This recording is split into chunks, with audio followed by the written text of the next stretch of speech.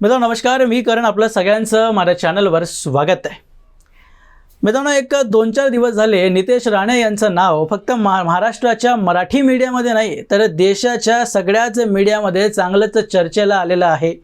कारण नितेश राणेंनी कामच एवढं मोठं केलेलं आहे. त्याने जे एक मल्हार सर्टिफिकेट नावाची एक नवीन योजना काढलेली आहे हिंदू खाटिकांसाठी, त्या योजनेमुळं जे हलाल सर्टिफिकेशनला एवढा मोठा धक्का बसला आहे आणि एकूणच जी एक पुरोगामी विचारधारा मांडणारी लोक आहेत किंवा एक इस्लामिक कट्टरवादी लोकांचा जो एक समूह आहे, ग्रुप आहे, त्याला एक फार मोठा झटका, एक धक्का देण्याचं काम नितेश राणे यांनी केलेलं आहे. कारण मित्रांनो या झटका आणि हलाल पद्धतीमध्ये म्हणजे या दोन प्रकारे जे मटण बनवलं जातं यात धार्मिक अँगल तर आहेच आणि यात मग काय फरक आहे हे तुम्हाला माहिती असेल की हलालमध्ये जे की प्रामुख्यानं मुस्लिम समुदायामध्ये याचा एक उपयोग केला जातो, त्यात बकऱ्याला किंवा कोणत्याही प्राण्याला गळ्याची जी शिर असते ती श्वसन नलिका आहे त्याला थोडंसं कापलं जातं आणि मग त्याला त्या प्राण्याला तडफडून मारल्यानंतर त्याचं पण मटण किंवा जे काही प्रोसेस त्याची करायची आहे ती केली जाते. पण जी झटका पद्धत आहे ती मुख्यतः शीख परंपरेतून आलेली आहे. नंतर याला हिंदू लोकांनी सुद्धा स्वीकारलं. त्यात प्राण्याला एका झटक्यात चाकूचा वार करून त्याला मारलं जातं आणि मग या पद्धतीत अशी मान्यता आहे. आता ह्याच्यात किती तथ्य आहे मला माहिती नाही आहे, कारण मी कोणत्याही प्रकारचा मांसाहार करत नाही.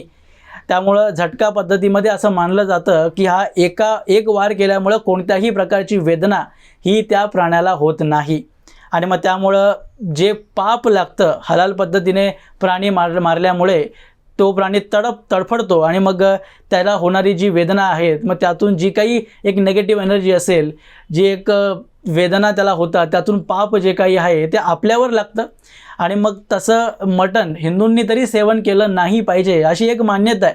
मग त्यासाठी एक ऑल्टरनेटिव्ह म्हणून ही झटका पद्धत सुरू झाली आहे आणि यालाच वेगळं करण्यासाठी म्हणजे सगळ्याच हिंदूंनी फक्त आणि फक्त झटका पद्धतीतूनच कापलेलं मटण जे आहे ते खावं, त्यालाच सेवन करावं, यासाठीच मल्हार सर्टिफिकेशन नितेश राणे यांनी सुरू केलेलं आहे आणि ही फार एक मोठी योजना आहे मित्रांनो.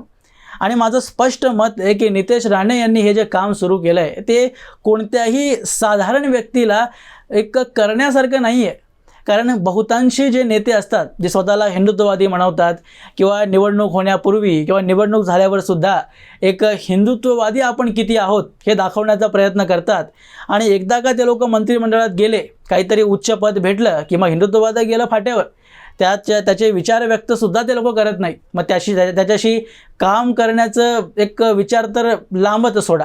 पण नितेश राणे हे ज्या प्रकारे मंत्री झाल्यावर सुद्धा म्हणजे जे ते हिंदुत्ववादी विचारधारेसाठी काम करतायत, हिंदू समाजासाठी एक काम करतायत, ते वाखाणण्यासारखं आहे आणि त्याच्यासाठी हिंमत लागते मित्रांनो.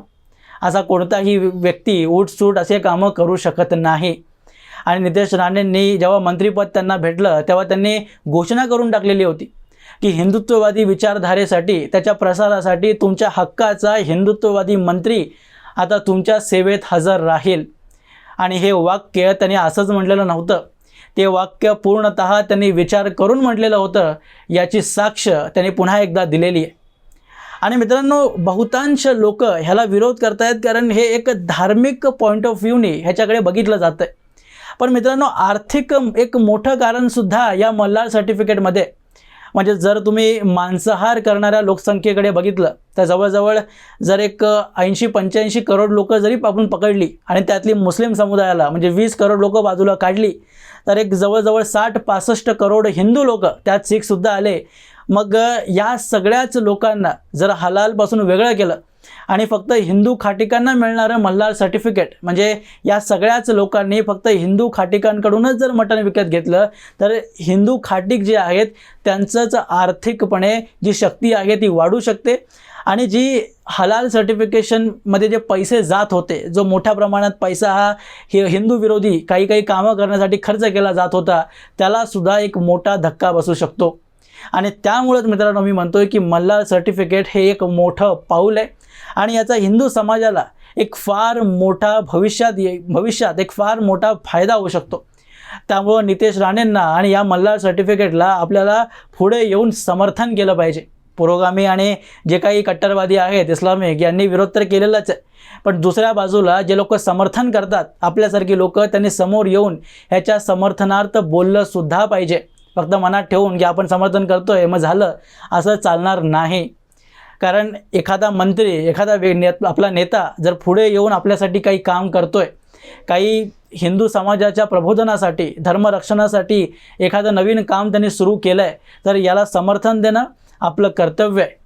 आणि नितेश राणेंनी जे काम सुरू केलं आहे, उद्या आपण जर ह्याला समर्थन केलं तर भविष्य काळात अजून नेते असे वेगवेगळे काम करण्यासाठी पुढे येतील. आणि मग एकूणच आपल्या धर्माचं प्रबोधन करण्यासाठी आपल्याला सरकारवर अवलंबून राहण्याची गरज होणार नाही. आपल्यातून सामान्य लोक नितेश राणेंसारखे असतील, असे अनेक लोक समोर येतील जर आपण आज नितेश राणेंना समर्थन दिलं. त्यामुळे मी स्पष्टपणे माझं समर्थन तर देतोच आहे आणि तुम्हालाही आवाहन करतोय की मल्हार सर्टिफिकेटला तुम्ही समोर येऊन समर्थन केलं पाहिजे. त्याच्याबद्दल तुमचे विचार तुम्ही कमेंट बॉक्समध्ये मला शेअर जरूर करू शकता. आणि हा जर व्हिडिओ तात्पुरता आवडला असेल तर व्हिडिओ लाईक करा, शेअर करा आणि असेच माहितीपूर्ण व्हिडिओज पाहण्यासाठी माझ्या चॅनलला सबस्क्राईब जरूर करा. भेटूया पुढच्या व्हिडिओमध्ये. तोपर्यंत जय हिंद.